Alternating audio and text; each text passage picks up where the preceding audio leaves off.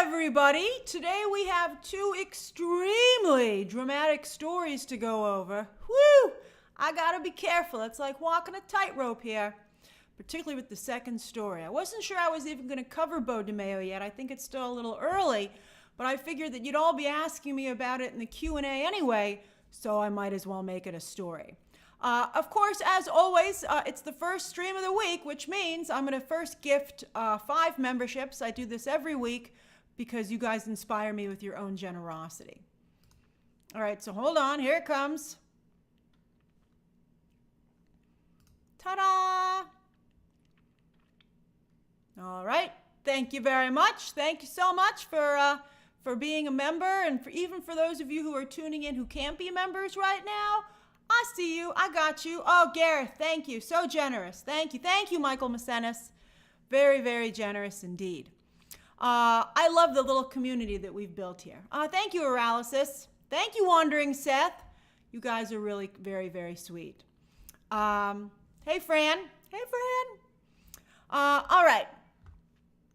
So, as I said, oh, Emilio, thank you also. Thank you. So generous of you guys. Really, again, you inspire me with your generosity and kindness to the community. Fran, there you go. Wow, Fran. Fran likes Pepsi and being a good person. That's incredible. And Jacob, thank you so much. Look at all the people getting memberships. I love it. You get a membership. You get a membership. If you're interested in getting a membership, the way to do so is to say that you're open to receiving gifts. Just Google how to do that. And then people who interact with the channel the most, thank you, Kareem, YouTube decides who to give memberships to. And they decide based on people who interact with the channel the most, leaving comments, liking videos, being a subscriber, having been a member in the past. That's how YouTube decides. Thank you, Rashad. From 1 to 20 memberships, anything that you can gift is, of course, appreciated. Very special, though, you guys. Really, such a generous community. All right, so we're in for quite the live stream. I'm going to be, thank you, Blair Wraith. I'm going to be extremely careful. In fact, I'm so careful today, although I might be doing this all the time because I think it's helpful. But I have chapters that I'm going to be doing to lead the discussion. And I just think it makes it a little bit easier for me. Usually in the past, I've had this on the side, but you guys can't see it. But I think just also if there's certain elements of the conversation that you want to skip to, you can see where we are based on the arrow. So here we are. We're going to start out here. And I have graphics interlaced. We're going to have a real nice live stream. I'm excited. All right, so I do think, I know you guys like polls. I feel like Bert from Mary Poppins. I got so much stuff happening here. Did you like the Acolyte? Did you enjoy the Acolyte? So, yes, whole thing. And then no, or yes, until the end will do. That's me. No, I hated it. No, I did not. I didn't like it.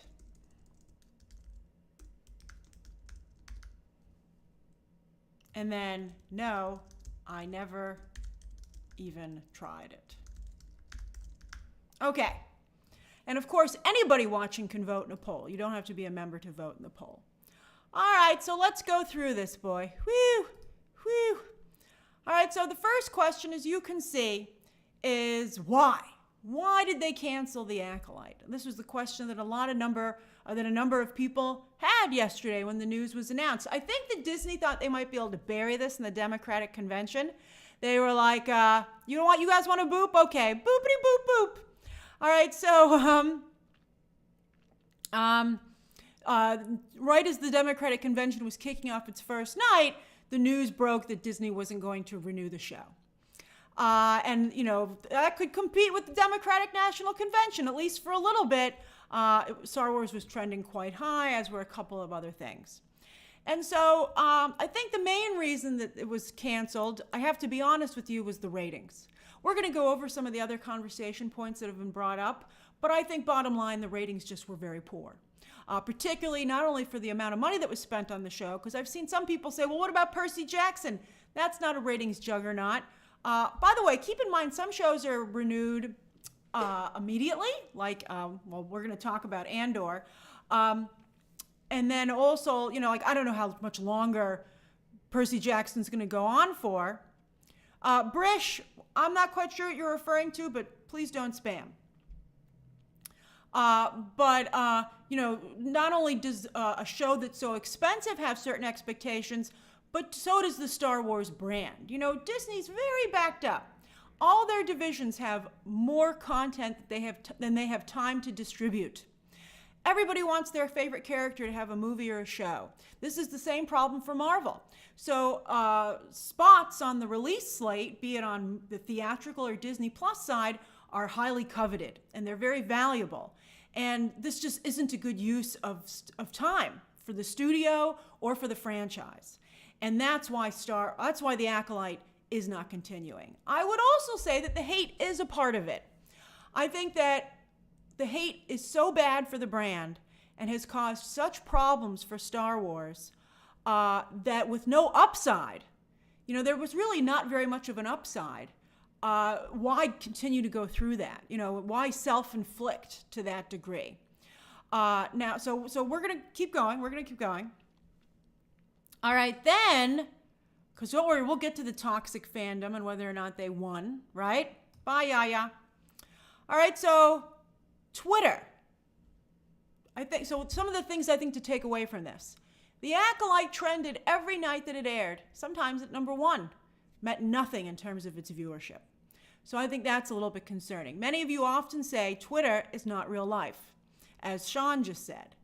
But also, here's another issue. I asked some of you how you watched it. Is right now in the poll, never even tried it as the top response. A lot of people I discovered watch The Acolyte through other venues. And I'm not just talking piracy. I'm talking the multiple clips that would appear on social media, Twitter, TikTok, YouTube, reaction channels. People would basically try and find any way that they could watch The Acolyte without actually tuning into the show on Disney Plus, because they didn't. I think it's a combination of not wanting to give the show ratings, but then I also think it's an inadvertent situation where people go, why should I watch it? I've already seen the major scenes on social media as soon as you logged on. So I think it's a mix of people intentionally doing that and then people unintentionally doing it. And I think that, you know, I'm surprised that the studios aren't more careful about how much of their content that can be used, because I think it is starting to affect them, particularly with the series. You know, people wondered if showing so much of Deadpool and Wolverine was a problem, but I think it just made people feel, I want to go see the rest of the movie, I might as well go pay to see it. But I think here, where people are on the fence and people are very busy with their time and the general consensus is that the show is not good, they don't need to go and check it out. So I think that that is a problem that's developing more and more. All right, so expanding the audience, right? This is an interesting question, and this reminded me very much of what happened with, the Marvels. You know, the idea that can the franchises expand who's interested in them. And I saw a number of people tweeting yesterday in reaction to this news that it was a shame that the show had been canceled because they never really cared about Star Wars before The Acolyte, because it didn't really speak to them. Now, I think it's nice to try and bring other groups in. I think that's a very noble and valid goal. However, as Mish just pointed out, you can't forget the core group, or as I wrote, the fandom foundation. You have to build on it. You cannot replace them, because clearly there aren't enough new viewers, there aren't enough of this new type of fan to make it up for it. So this is the same problem that the Marvels had. There were people who were like, oh, I'm maybe now interested in this, but it wasn't enough to float the project. So I think they shouldn't do the whole show this way. They should try adding 1 or 2 characters, and that character could bring in the new fans. That's, I think, maybe perhaps potentially the way to go. I mean, again, I would not give up on this endeavor if I were Disney. I think that it's, again, a very important, noble effort that should be continued, but work smarter, not harder, as Uncle Scrooge likes to say. Thank you, Minot. So I think that's really, really important. All right, then next up, where's my little arrow? Oh, where'd that go?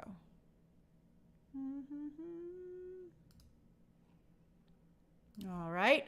Is this a win for toxic fandom? They sure are celebrating it like it is. And I think to some degree that it is.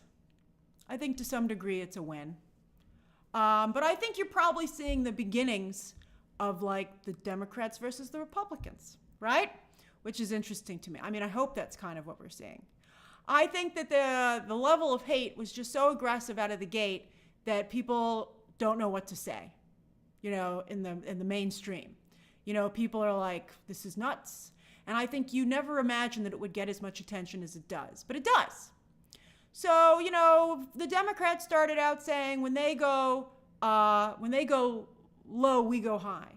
And that seemed very noble at the time. Everybody was like, oh, that's a nice sentiment, but it didn't work. So I think now you're seeing a lot more fighting back. And I think the best way for Disney to fight back, though, is to make good quality content. And also to be a little bit smarter in the way it's packaged and the way it's positioned. I want to use Barbie. We're going to talk about Barbie at the end of this video, but I want to talk about Barbie as a good example. Barbie could have been torn apart by the haters, and was to some degree, but no one could hear that above all the win that the movie experienced. The movie experienced so much win, and that's because it was largely kept a secret, and people loved it. They absolutely loved it. So I think, I think that that's a really important, I think that Disney should look to Barbie as a model to follow, keep things close to the vest. Mika, Wonder Woman, though, was a little bit better designed. The first Wonder Woman as a project. Wonder Woman, I think Zack Snyder's influence there was very strong, was made to appeal. Here's the thing. I think that's something we've been discussing on Movie Math. Whether people like it or not, the straight male audience is the premier audience for this kind of content.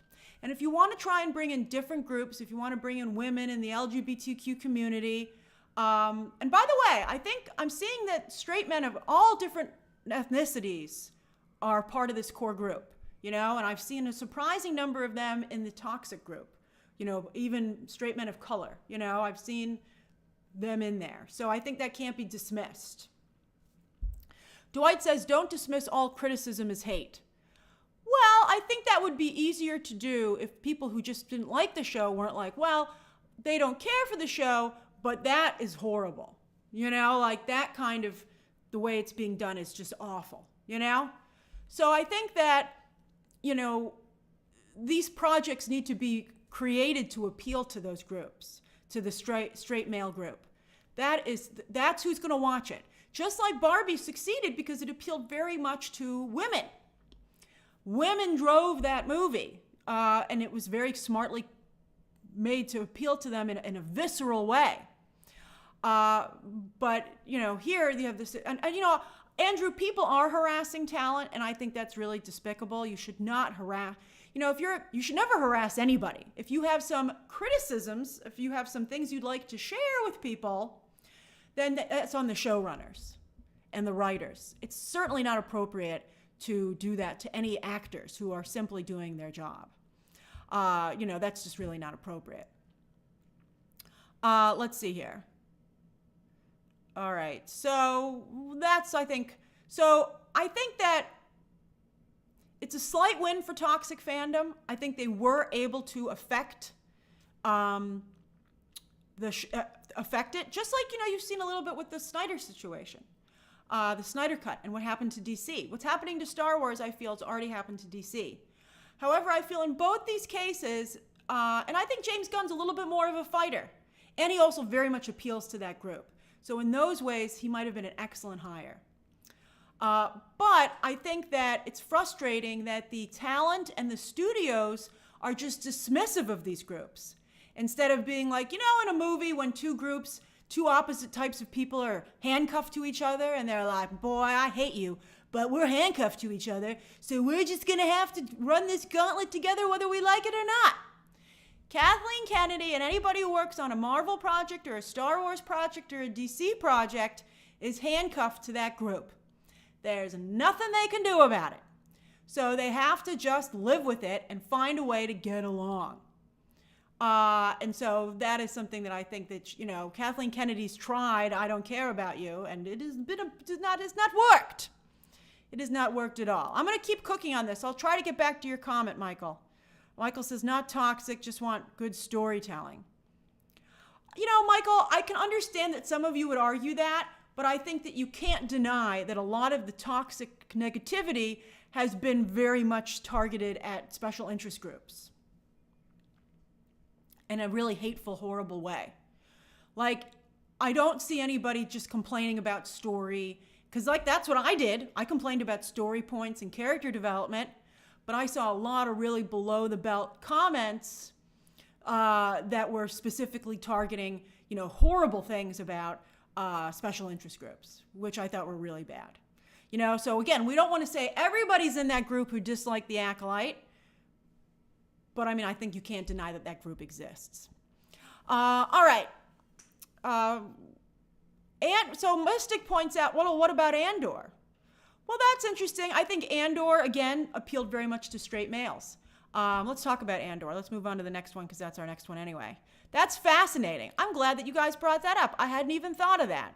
Hold on, let me get the Andor poster in here. Andor.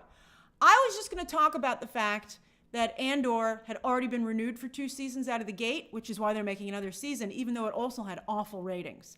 Not as bad as the Acolyte, but very poor ratings. And here's the thing. I liked 50% of Andor. Jay didn't like it. I liked 50% of Andor. But here's the thing. Andor was designed by Tony Gilroy. I'll close the poll in a minute, Mr. Magic. Andor was designed by Tony Gilroy to specifically appeal to straight men. It is very much cut from the same cloth as Christopher Nolan and also, I would say, the comic book writer Scott Snyder.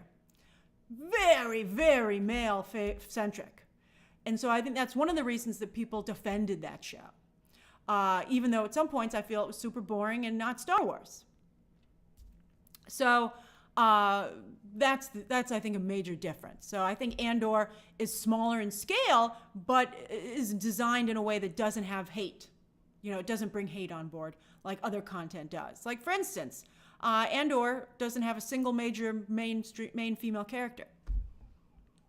Which it doesn't have a lot of female characters, period. It has a smattering of them, but that was really the Diego Luna, Stellan Skarsgård show, and I think that's really a big part of why the show did so well, and was well received. But I think that if Andor hadn't already been greenlit for a second season, it never would have gotten one, because the ratings were very, very poor. Thank you, Modern Art. Thank you very much. Mon Mothma's on the show, but she's still very much supporting. And, she didn't really take any leads. Mon Mothma was like, help me, what should I do? And that's right, Andrew. Andor did get nominations. But, Disney's not waiting around to see if the Acolyte gets any. Kevin says, Grace, I think you're right. The plot wasn't revealed before, or some of these shows, and people hated on specific groups without context. Well, yeah, that's something that's going to, Barbie didn't have to deal with that, but that's something that and also, Leslie Headland, was a lightning rod, and, I wish there had been some clarification as to her involvement in the situations that she was involved with. I'm not sure if, as a business person, she'd already worked with Netflix on Russian Doll, and those elements had never come up. And so, again, it's hard to navigate these things, and especially with somebody, I can't speak on that. I don't know what happened to Leslie Headland, and it's a complex situation. But let's talk about the next thing, okay? And let's talk about, do studios have a responsibility regarding representation? That also brings to mind the Eternals. I saw some people last night when this, let me close the poll. All right, hold on. 44% of you never even tried the Acolyte. 29% did and didn't like it. 15% of you liked it until the end, and only 10% of you enjoyed the entire show. Again, it's just a no-brainer not to continue with it. Now, a number of people said, So now somebody here just said, why is anybody defending this show? Who said that? I wish I could see who it was. Okay, so anyway, the reason that people were defending the Acolyte is that they felt there was potential there. That while it wasn't perfect, the Acolyte did bring certain groups into Star Wars that were missing. And so people felt other shows get a chance to find their footing. Why not the Acolyte? And that brings up a larger discussion. Does Star Wars, this studio, have a responsibility to make these stories, to tell these stories? I feel yes and no. I think that yes, just as I said that they have a responsibility to have representation, they have a responsibility to tell different types of stories. However, I think they also have a responsibility very much to the brand. Let's bring in all the leadership here.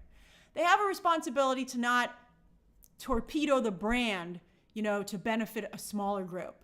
Their primary goal is to make the fandom happy that already loves the product. Then they can go, hey, maybe we could bring some new fans into the fold. Wouldn't it be cooler if even more people liked what you like? And that really should be, I think that Kathleen Kennedy, unfortunately, from day one almost, had an adversarial take when it came to the hardcore Star Wars fans. And I think that that was unfortunate. And I called that out from the very beginning. I was like, this isn't the way to go. It's just, I don't think this is a good approach. Stephanie says, I feel like Star Wars will never speak to her as a black woman. From the decisions they are making, they are telling me that they are not interested. And I feel horrible that you feel that way, Stephanie. I think Amanda Stenberg did a very nice job. She deserved a better show.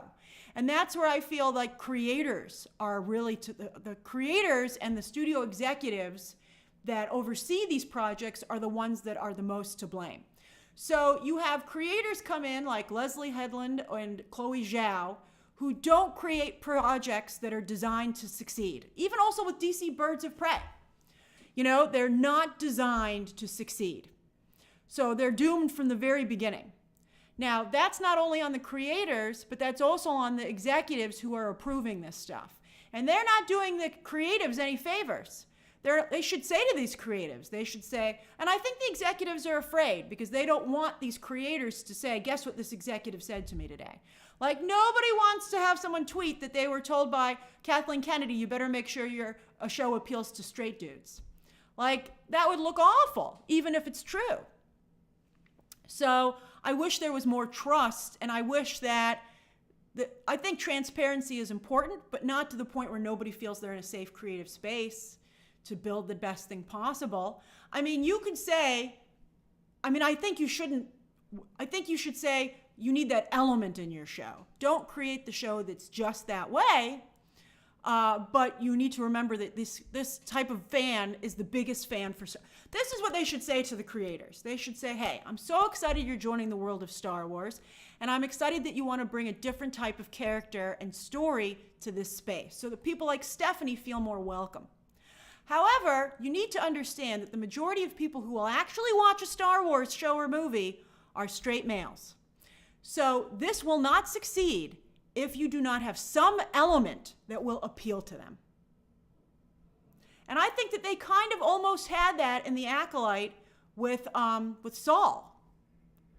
I think that Saul was a really great, he had a lot of potential. And then one of the biggest problems I had with the show is that I thought they assassinated his character in more ways than one.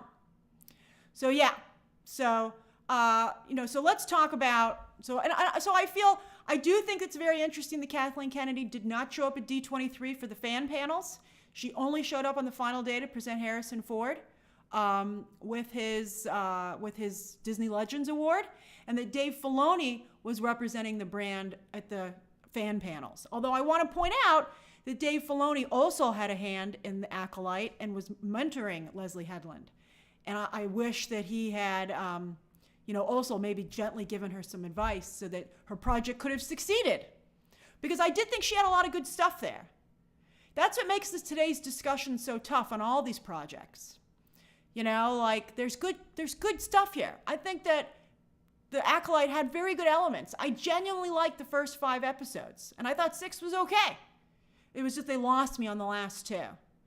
And again, I'd like to point out that the Acolyte saved a lot of stuff for a season 2 that once again never came. Stop doing this. Stop doing it. Like, some people brought up the fact that at the end of the Han Solo origin story, they brought in Darth Maul as a tease for a sequel. And you're like, why wasn't Darth Maul in this movie to begin with? Maybe more people would have seen it. You know, don't save anything for later, because later might not come. All right, so let's talk about the next project thing here. What about fan favorite Khmer? People pointed out yesterday was Manny Jacinto. Thank you for correcting me on his pronunciation. Manny Jacinto. Yesterday was his birthday, apparently, and he got canceled. Michael says, I think Michael, you're a glutton for punishment. Michael says, I think LGBT, so Michael thinks that LGBT or women lead doesn't bring in that audience automatically. Make great stories and couple that with your suggestion for creators in your, I don't think so. I don't agree with that necessarily, because look at so many successful female leads like Ripley in the Alien franchise, Sarah Connor in Terminator. I think that that's not true. I think the goal is to create female leads and LGBT leads that appeal not only to the groups that they represent, but also to the straight male audience. You know, because straight male audiences do like these characters. I mean, they can come around. I think that's very, very important. And I think if the show had more action sequences like episode 5, think about it. In the beginning, that's when it was the most action heavy. I absolutely adored the episode 5 sequence, and then I thought the fight for Carrie-Anne Moss and also Saul, when they both took over, when they both took on May, that was really impressive. And I wish there had been almost in a show that was entirely fighting. All right, so hold on. Jacob says the mandate must be to make money first. Well, you want to I think you don't have to put it in those terms. You know, the goal is to please the fandom while still bringing in new individuals. Or really bring down the budget. You know, like if you want to make a Star Wars show, and I feel bad for Amandla too, Armin. She was really talented and she did a wonderful job. I thought she was great. And I don't know what more you could ask. I thought she looked really cool. I thought she did a wonderful job. I thought she gave it her all. You know, I would think that on paper, she would be really accepted by the Star Wars fandom. And it was surprising to me that they didn't even really give her a chance. All right, so anyway, so Khmer, you know, and also, by the way, I want to point out that, you know, he was at D23. He was the only Acolyte cast member to show up to the convention, and he did draw a crowd. But again, I mean, people can say, people tweeted about it. Oh, there was a crowd at D23. They weren't watching. They weren't watching the show. And then also, of course, what about this Darth Plagueis tease? I do think it would be interesting to continue to try and tell a Sith story. I think that the problems that they introduced for the Jedi were problematic, and I hope that Star Wars heard people and heard fans saying, you know, you have to make it clear that it's really unusual to have an evil Jedi. You know, let's not put all of the Jedi into a gray zone. So I think it's kind of weird that Darth Plagueis even showed up at all, considering the way things went down. Because now it's just this open-ended weirdness, and you're like, what's happening? Although I did appreciate the funny comments online about whether or not he was watching Khmer skinny dip as well. I saw somebody do such a funny thing on that. It was hilarious that not only was Osha watching Khmer in the pool, but so was Darth Plagueis. I thought that was really funny. You know, would I maybe continue with Osha and Khmer on that island with Darth Plagueis? I maybe potentially would, but I would never continue with this creative team. I just don't have confidence in them anymore. And I'd be like, take heart that your creations live on with other people. So yeah. But anyway, yeah. It's a shame what happened to the show. All right, so those are my points. And we'll see, you know, I think they'll take a break from this, but I think I'd like to see Khmer come back. Let me do a poll. I know you guys like a poll, and then you guys can ask if you have any questions on this. One second, checking Jacob. Do you want any characters to continue? Kamir and Osha? Sith overall? Like a Sith overall exploration? Or nope? Nobody. Okay. And again, anyone who's watching can vote in a poll. All right, so let me answer your questions. Jacob says, hi, Grace. Just wanted to clarify that I meant the studios have to protect the brand first and then work hard to invite people into the tent. Definitely. Because, why do you want to invite people into a tent that's on fire? That's kind of mean to do to those new fans, right? Like, hey, guys, come on in here. It's a horrible trap. Kareem agrees with me. Great ideas on the Acolyte, poor execution. Yeah, I was in it. I was like, this is amazing. I'm so excited. Glubby says, I gotta be careful here. Michael is right. I really hate the term, I want to make it very clear that I feel very strongly about diversity in storytelling. I am a huge believer in that stories should reflect the audiences that watch them.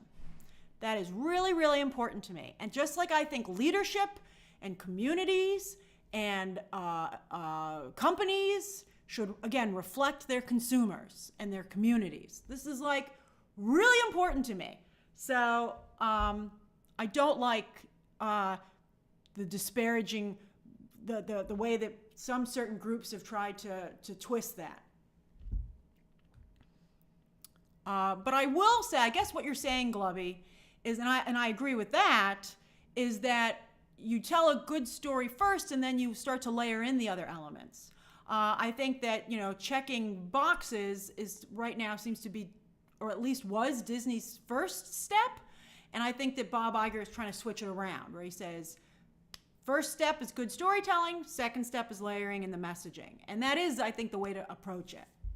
Although I think there's nothing wrong with a creator wanting to tell a story about someone like them. Like, look at Stephanie's passion for stories about fellow black women. I think that's beautiful, and I think it's important. But I think that framing is so important. Like, I think about, I'll say it, think about Kamala Harris, which is, I think, is one of the most amazing things we've ever witnessed.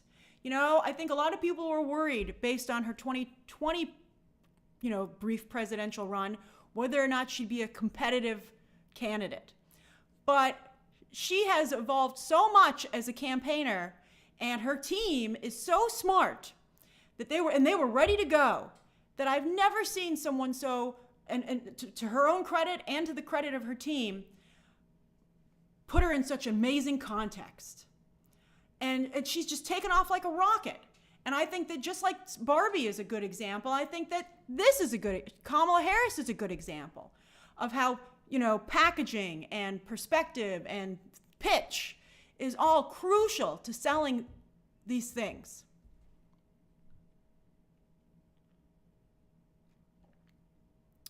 All right, so let me see some other comments here.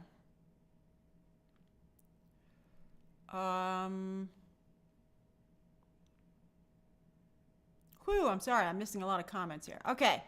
BG says, Lucasfilm needs to keep their actors on topic when talking about their projects as well. I would agree with that. The actors really need to refrain from talking about politics and identity politics in the interview. I would agree with that, at least for now. I mean, obviously you can say whatever you want in an interview. But I think perhaps you should frame it as, let the work speak for itself. Let the work speak for itself. I think that's the most important. I'll use Kamala Harris again as a good example. With Hillary Clinton, everybody made the focus about let's elect the first woman president. Again and again and again. It almost became that's why you should vote for her. But I think for the most part, I was a little nervous that it's creeping into the messaging again. But Kamala Harris has brilliantly been like, vote for Kamala because she's just a good politician and she will be a good leader. Again, it's all about framing. And, people don't want to take medicine. They want to have fun. They want to do what's best for them, not what's best for you or someone else. So you always have to make it seem like it's in their best interests. And this is crucial. And these things are all things that these shows and Hollywood should be taking their cue from. And it really makes me so happy to see that some industries are learning. And it makes me feel like it can be learned in other places as well. Iden says, I'm bummed about how divided fans are. I'm a fan of Star Wars, but it's a hard time. Acolyte finds fans are now turning on other shows, too. Oh, hey, hi, Iden. Thank you for letting me know that's you. I think this will pass. I think it'll pass. You know, I think that's one of the reasons they canceled it, so they would just move on. Carson, I'm sorry I missed your Sandman super chat. Were you saying that Sandman was acceptable? Sandman has a very small audience. Sandman, I think, is a good example of preaching to the choir. Wes says, could a Star Wars dark side-centered approach go down well following the successful reaction to Dark Universe and Villains Land? I'd like it to.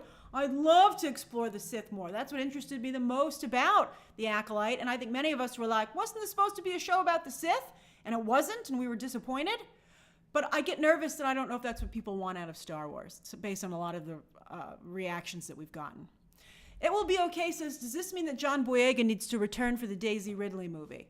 I don't know. I think that when he said, they ain't going to Disney Plus me, those were some famous last words. You know, no studio, you know, studios want to feel they can trust you. Like, they're going to pay to send you out on a publicity tour. You know, like, they want to make sure that they don't have to worry about what you're going to say on their dime. Nameless Desire says, how much in advance do actors know about a role? Can they refuse to act a scene? They could turn the role down, but when are they going to get another opportunity? I think it's very tough for them. I also, you know, unless they're a producer and a big star, nobody cares what they think, unfortunately. You know, even if they are a big star. Mark Hamill was like screaming at Rian Johnson, you're making mistakes. The fans are going to hate this. And nobody cared. So, again, I think that listening is such an important skill to have in life. And I'm surprised how few people have it. I think I'm a pretty good listener, but I want to just let you guys know that thanks to having this YouTube channel and interacting with you guys over the years, you've made me a better listener. And I honestly feel that I have a more sense of community and what other people go through and how to conduct oneself than I ever would have otherwise. And I think that's one of the benefits of the internet. Raman Zilla says, a lot of modern writers seem to be averse to making their leads of color or special interest group leads anything other than strong and capable from the jump. It ends up not being compelling. That's interesting. You know, I mean, these are all very solid notes, and I hope that people who are thinking of creating going forward will consider these comments. Stephen says there is a double standard when female or people of color lead projects. Hollywood tries to say it's because they're not marketable. It doesn't say it's the same way. Stephen, I think that you're right. I think that female talent and talent of color does have more of an issue. I think they are held to a higher standard. I think that, and also female creators, I can tell you from my own experiences. Also, I think that people are more aggressive towards them. But here's the thing that I would say on that regard. There's nothing that can be done about it, at least for now. The only thing that can be done is continuing to win. Look at even Margot Robbie with Barbie. The backlash eventually came a little bit with the Oscars, and it made me very sad that they bullied Barbie out of dressing like Margot Robbie out of dressing like Barbie. Some people argued that her dress for the Oscars was kind of based on a Barbie doll. She stopped doing the routine, and I felt really bad about that. And I wish she hadn't let them do that. I wish she had been proud to the end, but that's okay. I mean, she still made $50 million off it, and it was a huge, successful movie. But you still see people, even to this day, trying to write it off and push it aside and not letting it be a part of Hollywood history. And I feel to some degree they're succeeding a little bit, which makes me sad and nervous. But all we can do is continue to fight. And I think eventually, who knows how long it'll take, we'll get there. But you get there by being smart, not wishing, not by wishing on a star. David says, all of a sudden, some of the not greatest viewership and fan backlash for House of the Dragon doesn't seem so bad. House of the Dragon, I think, will survive. I hope that they also were listening. I hope Ryan Condal listened. It would be really stupid if he didn't listen.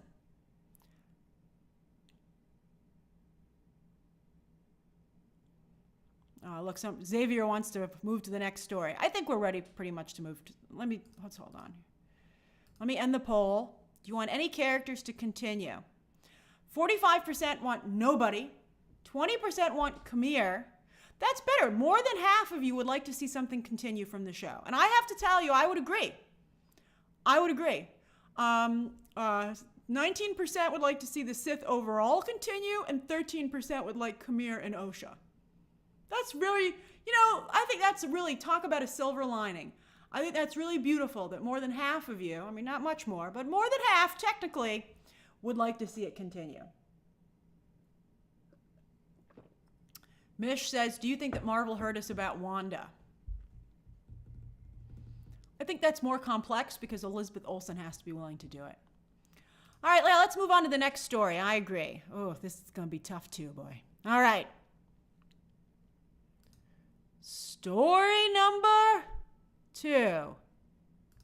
Boop. Oh, look at all these chapter times. Oh, this is going to be a long stream. Buckle up. All right. Where'd my arrow go? All right. So this is divided into 2 very, very specific categories because Beau DeMayo is litigious. Super litigious. It was revealed today that he's very litigious. So I got to be super careful. Everybody's going to be very careful. You're going to see very little coverage of this. He's hired a very high-profile attorney. I'm surprised that attorney would take the case, but that attorney has taken the case and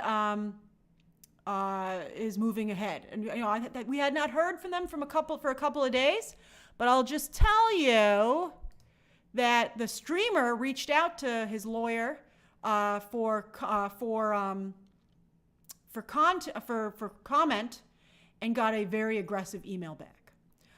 So that's why this conversation is going to be real specific. All right. So what do we know? What do we know? All right. So we're going to go over the facts of the case. All right. Now, first, I want to make it clear that right now we have a very good case of separating art from the artist. Is Beau DeMayo talented? Clearly, yes. Does Beau DeMayo have a very good feel for the X-Men? Clearly, yes. Was he right in the direction to take the show? Yes, he was. And nothing else that happens can take away from those yeses. However, there is some question that's been brought up now. Very much so. NDAs have been violated, first on his side, Disney argues, and although his lawyer is now claiming those NDAs are illegal, which brings up the question about NDAs. But Disney is saying that he was very unprofessional. And so unprofessional to such a point that Disney felt that they had no choice but to immediately fire him. And the whole situation was layered under a bunch of NDAs. All right? So we know for a fact that he was fired in March, before the show premiered. It was right before the show premiered. I remember this because those of us who were participating in the press tour, the press interviews, had already, been told we were going to be doing interviews with him. And so, very quickly, he was pulled out of the show, and there was no reason was given, and nobody spoke on it. No one spoke on it. Nothing leaked. It's unusual for nothing to leak, which I think is something we should make sure we take our cue from, because usually it comes out pretty quickly. All right? So that's what happened in March. So it was just a big question mark. Then in June, he's claimed, Beau DeMayo, so the show came out, everybody was blown away by how good it is. It's nominated for Emmy, right? It never really made it to the top 10 on, the Acolyte's like, what the heck? They didn't, X-Men 97 never made it into the Nielsen ratings, but that's a much cheaper show to make. Animation is much cheaper than live action. So that's why they're willing to continue with the show. Although at some point, just like, Star Wars The Bad Batch never got into Nielsen ratings either, but after 3 seasons, they decided to scrap it. So X-Men 97 isn't going to go on forever not being in the Nielsen ratings, but, at least we have some time. That's an interesting question, Mish, about whether or not this story will cost it the Emmy. I'm sure that's something that Disney is concerned about, because you might be like, why didn't Disney just reveal everything that was in their investigation right away? Maybe, it's a complex situation. I know everybody's like, give me the tea, but you're talking about people's lives, you're talking about their careers, and not just, Beau DeMayo, but all the people who worked with him. They have a right to decide how their story comes out if it does. It's a very complex situation. So we have to be really, really careful and respectful about what people's choices are. All we know for sure is that Disney said that they had reports, they looked into it, they felt that they said egregious, and he was terminated immediately with no explanation. But they felt it was bad enough that they wanted him off the show immediately. We'll get to the Emmys in a second. So Beau DeMayo recently revealed that he, in June, during Pride Month, tweeted that image of him as Cyclops below. Not in the traditional Cyclops outfit, but, in a Cyclops swimsuit. Although I gotta tell you, Cyclops is no stranger to wearing a swimsuit. And that level of undress was on the show, was on the actual X-Men 97 show. And that was a piece of fan art that someone sent in to Beau DeMayo, and he decided to share on social media. He claims that Disney took his producing credit off of season 2 of X-Men 97 because they didn't like the context of the tweet. Disney fired back that the reason that they did that is because they had told him that he could no longer tweet about the show, and that was part of the agreement that they had come to when he was fired. Keeping the whole story private, but as part of that, he had to agree not to tweet about X-Men 97 anymore. And they argued that because he continued to not only tweet about the show, but I think clearly to demonstrate ownership, that they took away his producing credit. They cannot take his writing credit away because that's guild protected. So that is a point of contention about how things were going, okay? But it's a fact that both sides have confirmed about what happened in June. And I think, on a side note, I think everybody can agree that you would not want a terminated employee, especially if they were terminated for egregious reasons, continuing to be part of the discussion and define the show that you still have coming out. I think that would, you would not like that, especially if it had been agreed to beforehand. All right, then, so Beau DeMayo has been very prolific on social media. And then, for the most part, he had remained very positive while the show was airing. Extremely positive. I feel that the Emmy situation was the breaking point. He had tweeted that he was not being invited to the Emmys, that Disney was not securing him a ticket despite the fact that his show was nominated. And I can understand that that's very frustrating. But I think, from the perspective, if they're true, we don't know 100% if they're true. We just know that there were egregious actions that, that Disney feels were egregious. And, people have pointed out that nobody who works on the show has come forward to support Beau DeMayo. We're going to talk about the Snyder Cut, but I will say that when Zack Snyder was fired, his cast really supported him. A lot of people supported Zack Snyder publicly right away. And then also when James Gunn was fired, he had very strong support publicly right away. No one has emerged to support Beau DeMayo. So I feel like to some degree, I don't think if Disney can force those people who have broken off ties with Beau DeMayo to sit with him at the Emmys. I mean, can they get him a seat somewhere else? Usually everybody, sits in a group together. Can he maybe sit? But then that becomes a story. They're like, why is Beau DeMayo on the other side of the theater? And then also, what if it does come out what he did? Then Disney secured him a ticket and he's sitting in the Emmy audience? If it's confirmed to be true? I think that you can understand. I know people are often very quick to paint the studios as evil, and sometimes they are. Disney recently came out and said that they are going to let that lawsuit go forward against Raglan Road on their property for that woman who died. And I'm glad, because what they were doing there was really wrong. But here, I think you can also kind of understand the difficulty of Disney trying to navigate this. And I do think that they don't want this to overshadow their show. For the people who worked on it, I think they don't want this to become what X-Men 97 is. And that's understandable. And if Beau DeMayo had never tweeted negative things, he took a turn suddenly. I think basically after he said he wasn't going to the Emmys, that's when he became more aggressive. That's when he started to say that Disney was, not in favor of of who he was as a person. And that's why Disney felt that they needed to answer that, because that's a very serious charge.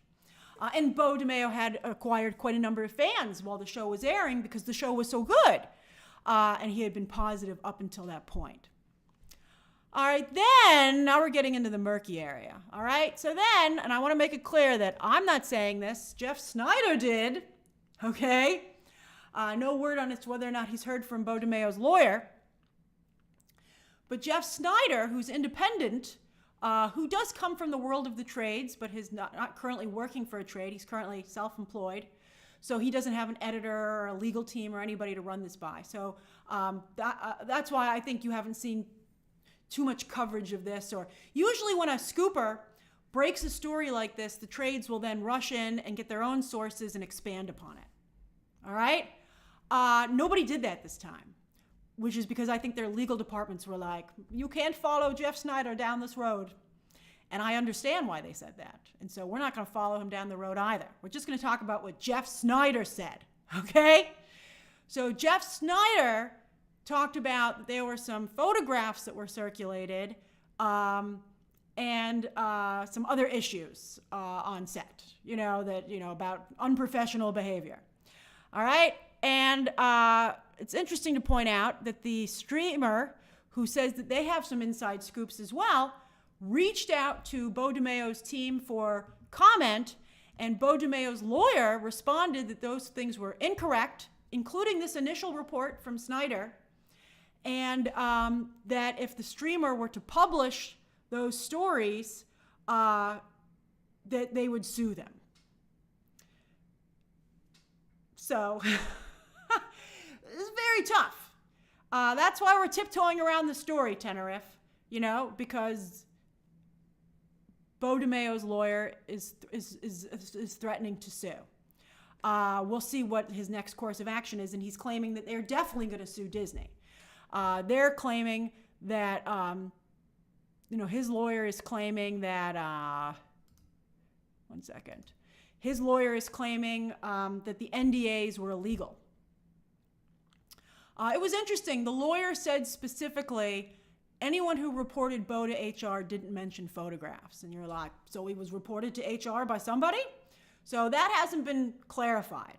But there's probably going to be a lawsuit, because I think it's very unlikely that Disney's going to settle on this. I mean, Disney already settled with the NDA situation. They settled by saying, okay, keep your career. We won't tell anybody what happened, but you have to agree to back away from the show, and we'll just go our separate ways.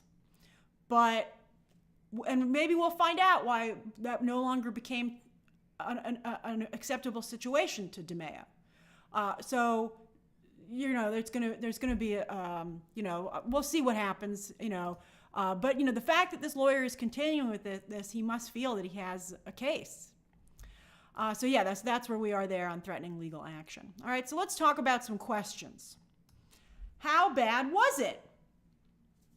Well, I've only heard from people who I trust, who are my sources. I've heard from some of the most sound ones that they've heard similar things to the stories, let's say, that are going around.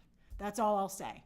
I heard stories that were, I don't even want to talk about it, okay? So it's not, I think, I told you, again, based on what I heard, I'm surprised that his lawyer is continuing with it. So I'll be surprised to see what the lawyer's argument is. I'll be interested to see, okay? So I would think there's no case here. But apparently feels that there is.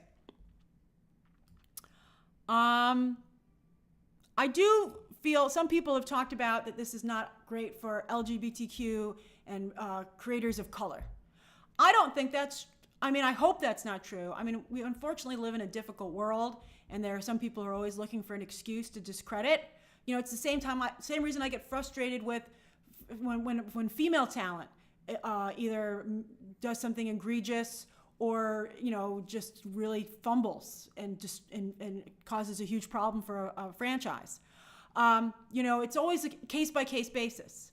You know, I think that's how we should look at these things. That's, to me, the most important thing.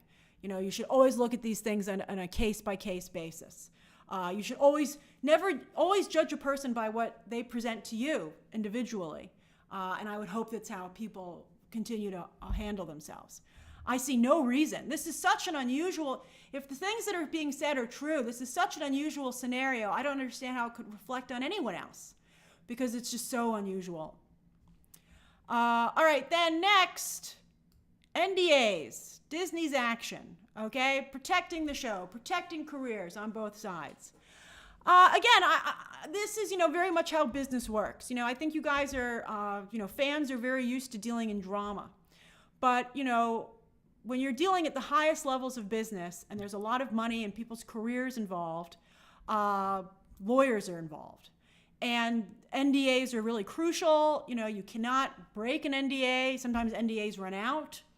I think it would be hard to argue that an NDA was illegal, but you could say the NDA was illegal as you break it to maybe try and, you know, the only way that I think you could get around an NDA is if you felt what you had to reveal was so egregious that you shouldn't have been silenced in the first place.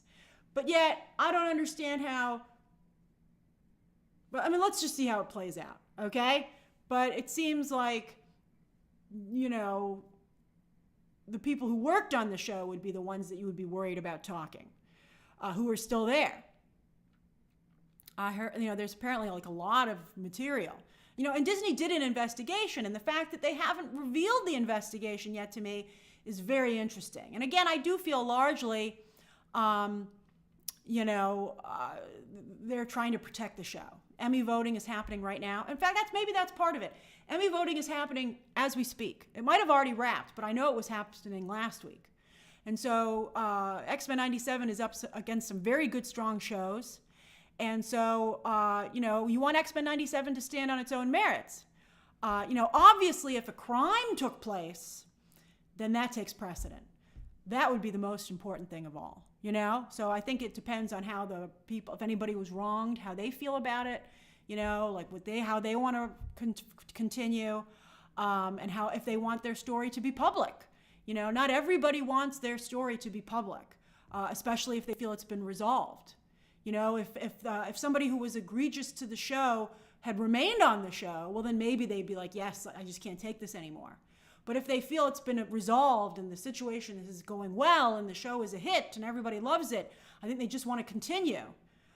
You know, I'll be curious if we ever find out why Beau DeMayo decided to do this, considering he was in a very good place when, you know, up until he decided to push Disney just a little bit too much. Thank you, Alwyn.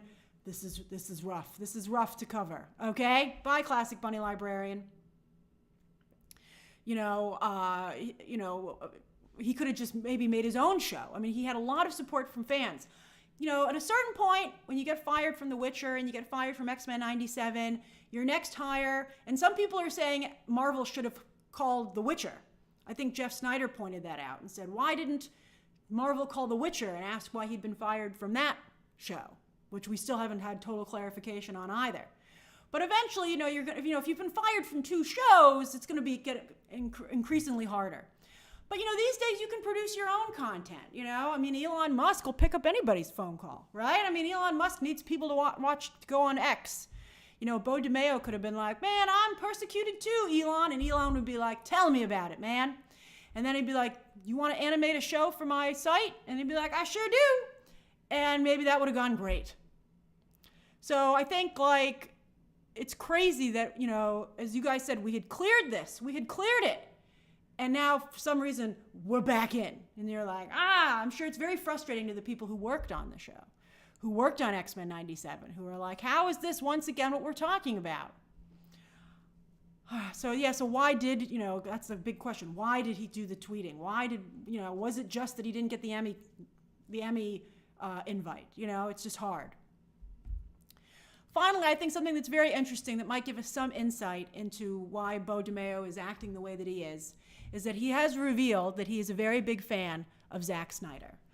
He actually, as many eagle-eyed fans showed some of the things, referenced Man of Steel when he was telling Bastion's origin story. And I think he feels that Zack Snyder waged a very similar campaign, and it worked out for a little while very well for Zack Snyder. Eventually, I think it would be wise to point out that eventually it didn't. Allegedly, Danny says, as an openly gay person of color, I felt the need to say people need to be held accountable no matter their background. The discretion is allowing too many people to twist the narrative and yes, I think we just have to be really responsible about it, allegedly, Danny. I think for sure. All right, so I feel like it seems potentially like Beau DeMayo might be putting himself in the Zack Snyder position and feel that Zack Snyder was very aggressive with his tweets on social media and really got the fans to back him up and got rehired. Warner Brothers brought him back for the Snyder Cut. But that was a very different situation. And again, it didn't last. Eventually, Zack Snyder's tweets became too aggressive, and the Snyder Cut didn't perform well enough, and, things, eventually, faded away anyway. Again, staying a little bit too long at the party there, which was frustrating, because, for a hot minute, we'd done it. But that's right, Mystic. Zack Snyder might be coming back for a 300 series. Hollywood, that's the other thing. Zack Snyder never did anything wrong, okay? Zack Snyder's behavior was, impeccable on the movie. It was just, Jeff Johns forced him out because of, he thought he could get Joss Whedon. And there was, Warner Brothers blinked in terms of, the direction of the franchise. I interviewed Zack Snyder because I had known what happened, through my connections and talking to Zack. And I felt very confident that Zack was, he had been the wronged party there. And then also, Warner Brothers, that's why they brought him back. It's a very different scenario. And, it's just very, very different. But I think on a surfacey level, Beau DeMayo feels that it's the same. But I think he's fundamentally incorrect on that. Cat Shack, I don't know if I can totally read your comment out loud. So let me read it first to myself. I'm glad I didn't read that out loud, Cat Shack. I think that is really not an appropriate thing to say. And I would like to point out to you that there are people who are a certain, very sexualized in all communities. Look at OnlyFans. I just really think that Cat Shack, I don't even know where you're coming from on that. I think for you to design an entire group as to being one way is just totally incorrect. And by the way, as even Beau DeMayo's legal team is pointing out, Disney hired him when he had an OnlyFans account, and they had no problem with the OnlyFans account. The OnlyFans account is not the issue. They had no problem with that. And that in and of itself is a big, major deal. All right. Woo! Woo! Any questions about this one? We still haven't gotten to Barbie. The issue in this situation appears to be, although it has not been confirmed, appears to be handling oneself professionally and appropriately in the workplace. That seems to be the issue. Although, apparently, Beau DeMayo feels otherwise. And because this is America, he will have his day in court to argue otherwise. Or he might try and argue it in the court of public opinion. We will see.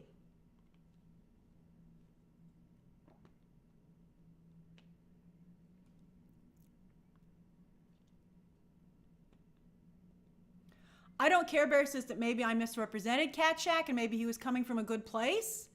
Well, then I hope that's the case, Cat Shack. I hope that it is. But I think, The way that it was phrased, I didn't love it. Thanks, Neil. Whew! Phil says, hopefully Beau DeMayo doesn't have a Disney Plus account. That's hilarious, Phil. I'm sure they're going to use that. I'm sure Beau DeMayo's lawyers will use that as an example of illegal NDAs and agreements that Disney makes people sign without their knowledge.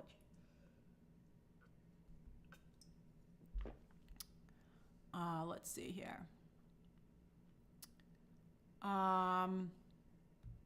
Ramanzilla says, unfortunately, some men with power abuse their positions for perverse exploits. And I think it's important, and some women do as well. You've seen women offenders, and particularly in education. You can't say one group is all the same. Every group has the same type of people in it. Thanks, Miguel. Let's see here. Allegedly, Danny says, trying to say people are judging Beau for being openly gay is the problem, but it's non-consensual acts. What do we, yeah, I mean, it's pretty clear. You know, I don't think that, I think that Disney is one of the most LGBTQ friendly, if not the most LGBTQ friendly studios in Hollywood.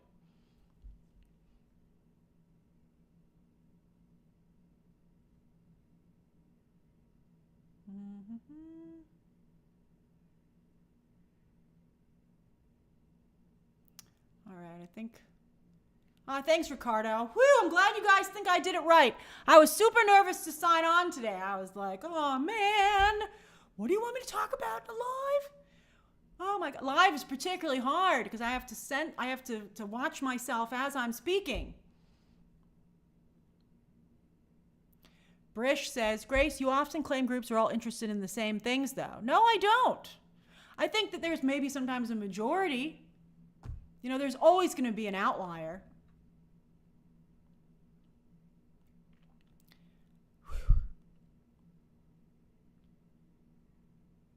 Oh, Cat Shack. Cat Shack says, English is not my first language. Sorry you didn't understand me. That's okay, Cat Shack. I did think that your avatar photo didn't seem to match your comment at all. I'm glad you clarified, because I know you're on here a lot, Cat Shack, so I'm glad it's all good. Sockley says, is it true that season 2 has been changed from DeMayo's original script? I think it's been adjusted. I hope not too much. Again, as I said, Beau DeMayo, from a creative perspective, is clearly talented. Thanks, Billy. I appreciate that.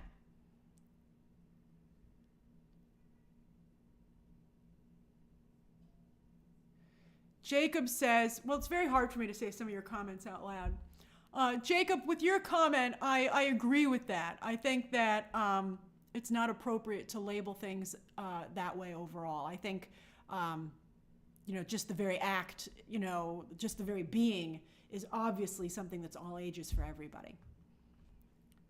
AG68 says, DeMayo should go to Warner Brothers and do Batman the Animated Series. I think he's extremely talented, but I think based on what I've heard, and I think once you get fired from 2 places, it's tough. You know, I think it's really hard, which might be another reason that he's decided to become more aggressive. Raphael says, I remember when Grace said when the story broke the first time, all he has to do is keep quiet and look for the next project. Yep. And again, it might have been hard to find a next project, but where there's a will, there's a way.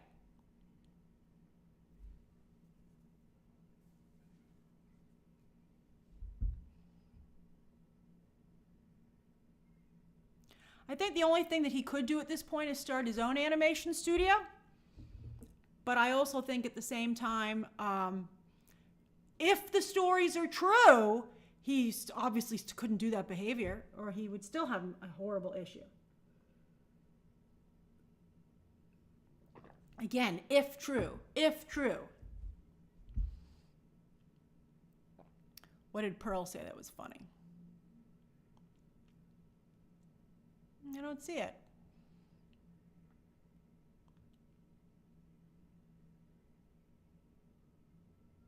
Oh, is that Henry Cavill can feel really good about himself right now? That's funny.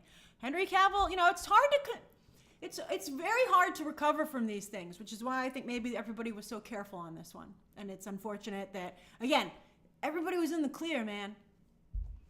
All right, I think we better move on to the next story because, whoo, I cleared it. I did it right. Okay. All right, with respect to everybody. All righty. So then, next final story of the stream. Remy says, I just want people to continue to support the show. It still has the same creative team, writers, directors, and the alleged victims. I would agree with that, but it better be as good as season 1.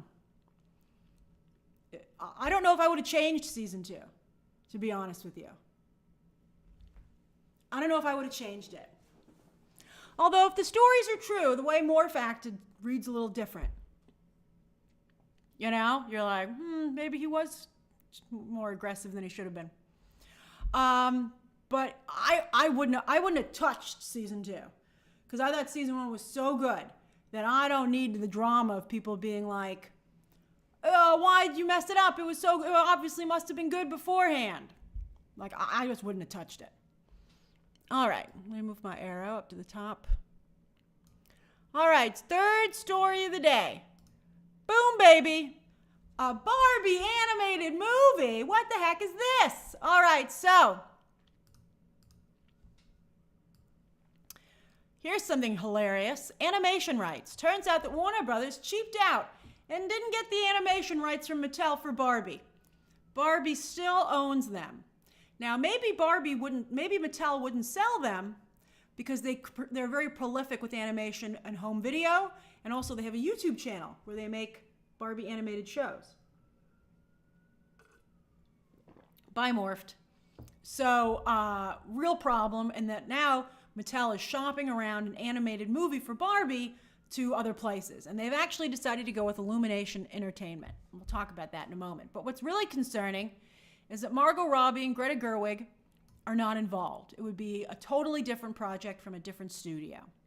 And when I first heard this news the other day, I was appalled. I thought this was a horrible idea. I was like, don't you do it. How could the studio executives be so stupid? But then I thought about it, and I thought maybe it actually wasn't a bad idea. Hold on. I need more lip gloss. Sorry, you have to see this. Greg, you say it's a horrible idea, but let me see. Let's see if you still feel that way by the end. All right, so my thought was, what's the pitch? What's the pitch, right? Oh, why am I sorry? Because you're not supposed to apply makeup in front of others. You're supposed to go to the ladies' room and fix it there. All right. All right, so anyway, what's the pitch? What's the pitch? So I was like, if they came to me and they told me how many people were watching the YouTube channel and how their animated movies perform direct to video, I'd be like, maybe we have something here. This is the animated show, by the way. It looks pretty good in my opinion. Isn't that adorable? I think that looks pretty good. This is Barbie, and then here's her friend who was recently introduced, Brooklyn. So that no longer is it, just the black version of Barbie, but a character in her own right, which I think is really great. I do feel that, while they did address it as Margot Robbie being stereotypical Barbie, I did think that, they could have had a little, the movie did amazing. But I mean, if I had one little quibble, it would be like, well, I would have liked a little bit better representation, right? So, I think that's something you'd want to address maybe going forward. So the animated series has done this very well. And so this is Brooklyn, who looks great, and there's Barbie and their pals. The name of the movie is apparently called It Takes Two. I think Brooklyn is for like B, like Barbie, Brooklyn. I think that they wanted to have that alliteration. All right, so anyway, that's Barbie animation today, and it's very popular. Also, I believe she has an Instagram account where she posts animated videos and stills. Also very popular. So there is an audience for this. And then I was like, well, also, am I really going to bet against Illumination? Here they are. Here's Illumination. Oh.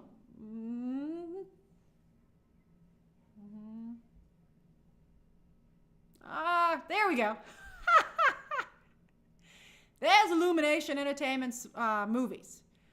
They're pretty good, Like, I never would have thought they'd do such a good job on Super Mario Brothers, right? I mean, they got it right. It was a roller coaster, Jacob. Super Mario Brothers. I thought their Grinch was incredible. When they announced they were making a new Grinch, I was like, you can't do better than the Jim Carrey one. Again, I'm disgusted. Then it came out, and it's now my favorite Grinch movie, and it's the one that I personally watch every year. I don't watch the Jim Carrey one anymore because I love the animated version so much. So I do have some confidence in Illumination Entertainment's ability to deliver a Barbie animated movie. I'm like, you know what? Maybe they could do it. Maybe they could. Zeke, that's correct. Warner Brothers does not own the Barbie IP. They only own the rights to live action film. Then I was like, well, is this just going to be for kids then? Who's going to go and see this movie? You know, could it possibly make enough money? And then I was reminded that Toy Story 3 did a pretty darn good take on Barbie and Ken, with actually some of the same humor a little bit as is in the live action movie. Michael Keaton, as you might recall, voiced Ken. Who voiced Barbie? Was it Jodie, the voice of the Little Mermaid? I think it was her. I forgot her name. Poop. But anyway, yeah. But yeah, that was a really great version of the animated Barbie. And would maybe, instead of, like, what would be, Jodie Benson, thank you, Dan. And also, what would be the take, right? Like, that's, again, I'm like, what's the pitch? Where's my arrow? No, I can't find my arrow. Oh, here it is. Okay. So, are they going to look like this? Or are they going to look like this? Are they going to look like the dolls come to life? If Illumination does an animated movie where it looks like Barbie dolls come to life, that could be really cool, right? Oh, I'm supposed to be using my arrow. That could be really neat. I think that could be, like, potentially good, although some of you hate it. And then also, how about, the only problem I think there might be is, what about the expectations that now have been set by the live action version? People love the live action version so much. That's right, Matthew. You know, you say kind of Lego-y, and I'm sure that that's the pitch. That's a great take. I'm sure that in the studio meeting they were like, look how much the Lego movies do. What if we did a Barbie movie where we have the actual Barbie dolls going around and doing stuff? Then they're like, that's right. People did like the Barbie movie, and they did like Toy Story, and they did like the Lego movies. So maybe we should do it.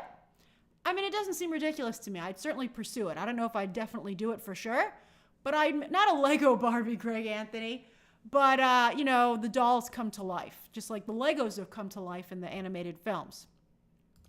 But I do feel, what about this? What about these popular characters? Like, aren't people going to want to see, where's my arrow? Not only Margot Robbie's Barbie, but what about Ryan Gosling's Ken? Don't they expect that? What about Alan? Isn't Alan going to show up, played by Michael Cera?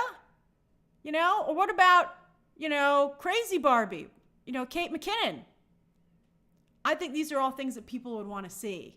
And so to not be able to do that, and they wouldn't because they don't have those rights, Illumination couldn't do anything from the live action. Weird Barbie. That's right. Thank you, Plum Sparkle. Although now that's weird, considering how Weird has taken on a new life in politics these days. I don't know if they still want to call her Weird Barbie. But yeah, so I think there's a potential issue there. But I don't know how bad of an idea it is. Let me ask you what you think. I know you guys like a good poll. What do you think of a Barbie animated movie from Illumination? Kill it with fire. Need to see trailer. Love it. And then we'll do what Ben says. Do not care. Okay. And again, anyone who's watching can vote in a poll. Anyone who's watching can vote in a poll.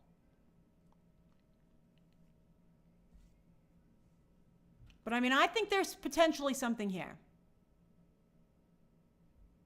Mystic says the most successful Lego movie did around 474. That's true, but this is Illumination, and their movies consistently do $1 billion, or close to it. Oliver says Scooby-Doo can handle multiple iterations. That's a good point. Any questions or comments while you guys are voting? I'll take questions and comments.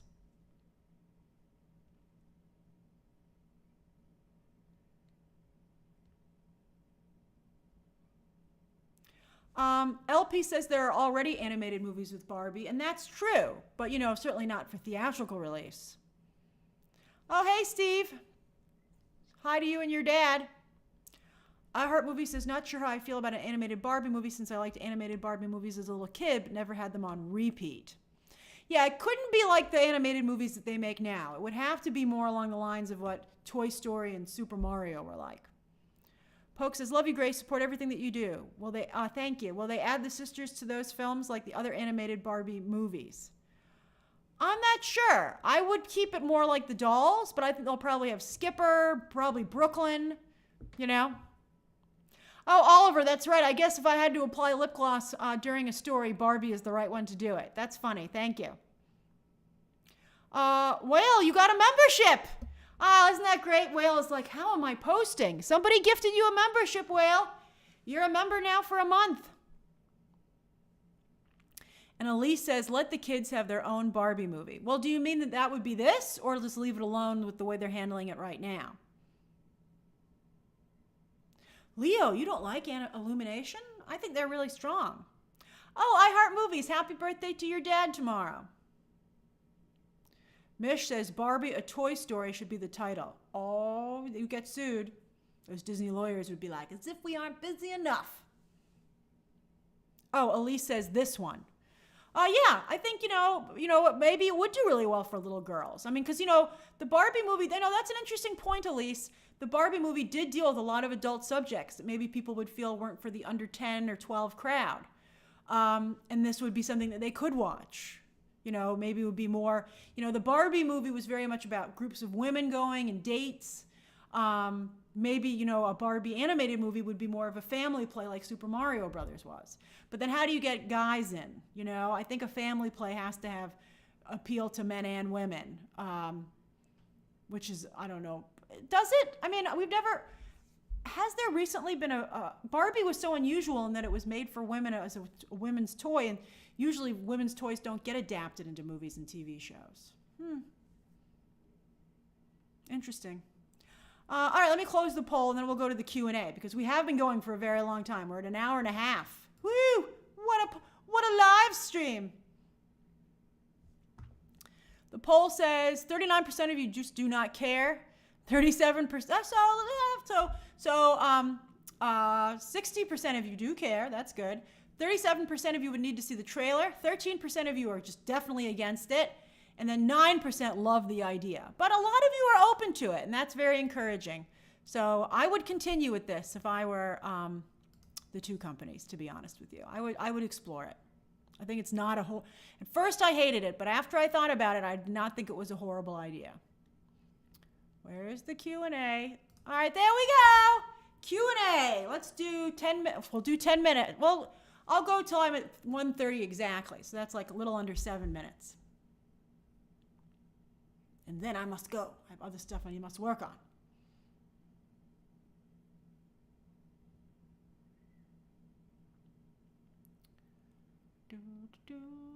Tenerife says, what about Agatha?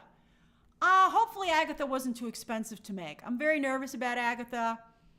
But I told you, my biggest wish for Agatha is that people just leave it alone and let people who like it enjoy it. Bye, bye, Mo H. I'm glad you feel that way. Glubby Knot says, I hope I didn't put you off earlier.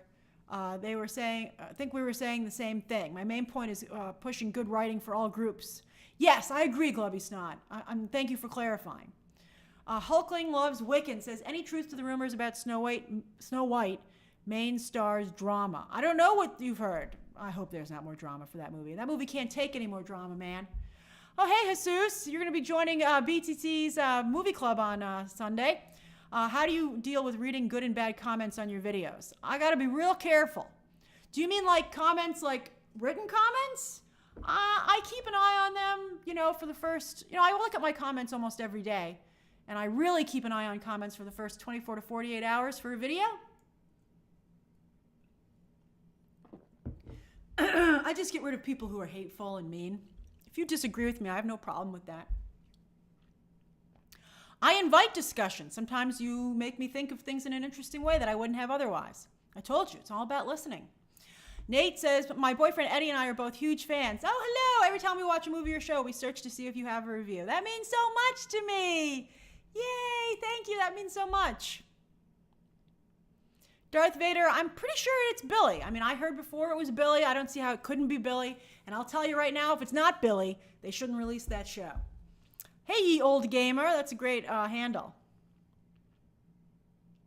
Oh, Matthew, you retracted your message there.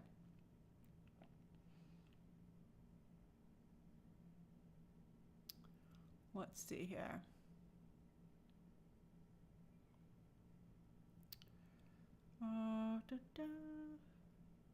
Alex says, Grace, did you read the Variety article about Robert Downey Jr. and Doom? He confirmed it's Victor Von Doom and not a variant.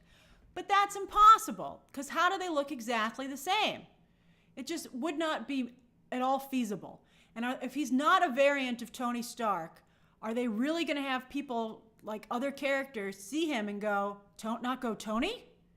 I mean, it just makes absolutely no sense. Oh, hey, Emilio. Greetings to you in Kenya. It's so nice to talk to people all over the world. And on that note, Anish stayed up till 3 a.m. in India. I'm so glad that the stream was, you feel a good reason for staying up. Jose says, as a Filipino, it was great to see Manny Jacinto in Star Wars. I hope to see his character in other projects. Me too. He did a great job. And I think you can feel that it's a good sign that they did invite him to D23. I think that probably wasn't decided at the last minute. That's just when it came out to press. So I think the fact that he was invited is a good sign for his character. Steve says, I saw Alien because of you, and I'm so glad that I did. Yay! It was amazing. Do you really think 41 million opening weekend is that bad? Well, it was annoying to me or frustrating that people said that I said Alien was a flop, Alien Romulus. I didn't say it was a flop.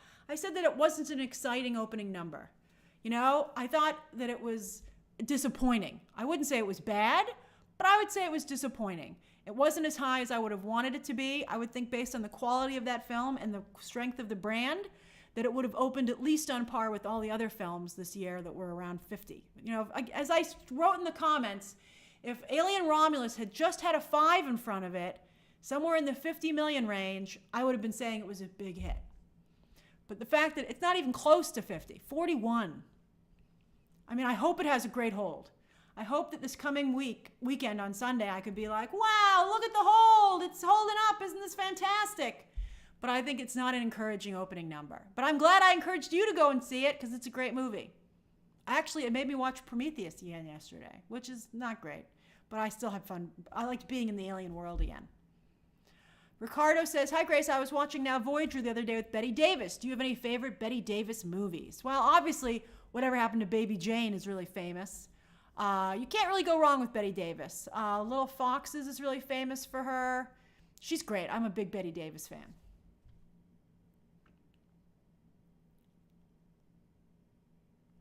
Bear Like Fire says that someone said that Ironheart is coming out next year. I mean, we'll see. Thank you, In the Moment Reels. I really appreciate that you feel that way. That means a lot because I want to make sure I cover it, responsibly, but also fairly to everybody. President Progressive says, will we see Eternals characters in other MCU projects or will they be entirely gone? I wouldn't count on it. Because again, there's just so many other more characters that Kevin Feige needs to get to that people really like. Caden says, wouldn't Greta's involvement make it more successful? Well, I'm sure they can't afford her. And I think that Margot Robbie probably wouldn't agree to, then they'd have to get I think Illumination wants to have its own playground.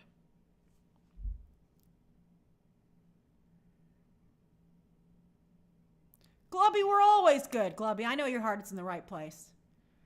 Liam says, Snow White drama is apparently issues between Rachel and Gal Gadot due to Gal being from Israel. You think that's an issue about they're on different sides of the Middle East conflict? I can't imagine that either one of them would, I don't even want to comment on that. I think that I'd be surprised if that was true, and it would be unfortunate if it was. Michael says, I hope my comment's not considered tacky. I've been watching you since your review of Killers of the Flower Moon. Oh, you're pretty new. And I've been super impressed by the view. Oh, thank you. Every time I watch you and smile. Oh, that's very kind of you, Michael. That's very sweet of you. That's so nice of you to say.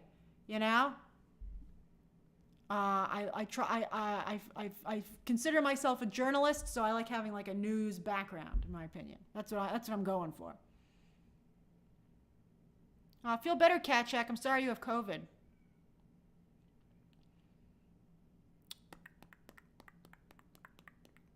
Tony's brother, a twin brother?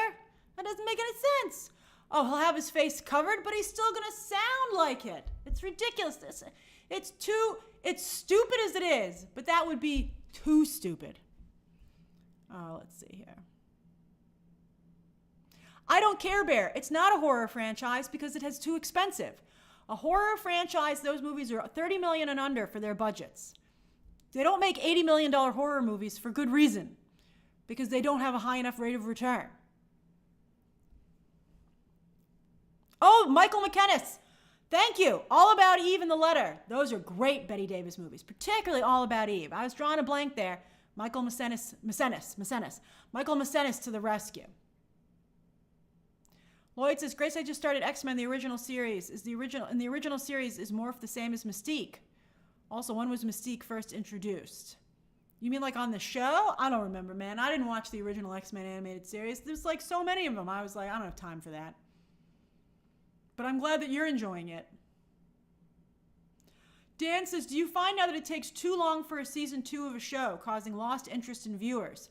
House of the Dragon, Arcane, Ahsoka, Invincible. I would add to that Blue Eye Samurai. I 1,000% think that's true. It takes too long. And people, like, I'm excited for Pachinko to be back, but I don't remember anything that happened in Pachinko season 1. I'm going to have to watch that recap. But it takes too long. And I think that, while some of us do come back, it's hard. And I think, the problem is they don't expect these shows to be such big hits, so they're not ready to hit the ground running. And also part of it's due to COVID. But it's really, I hope these shows survive. Although Arcane's already been revealed that it's not going to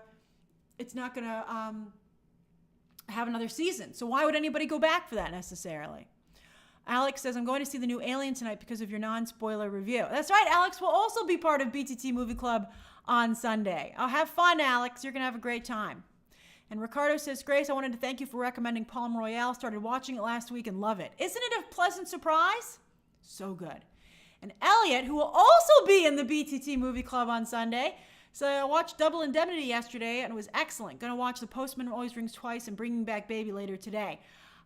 Elliot, I just connected you with your Disneyland photos. I loved your Disneyland photos so much with you and your sister. Postman Always Rings Twice is fantastic. Bringing Up Baby is a very different type of movie. I don't know if you should see it, I guess, but I don't love that movie. I'm not a fan of Katharine Hepburn's style of acting. That's a very screwball movie. In fact, it's the screwball movie. Do you mean Bringing Up Baby? Bringing Up Baby? But anyway, Postman Always Rings Twice is fantastic. And then there's also another movie, The Killers, with Burt Lancaster, which I highly recommend. Oh, I'm over. I like talking to you guys so much. All right, I better go. We're way over an hour and a half.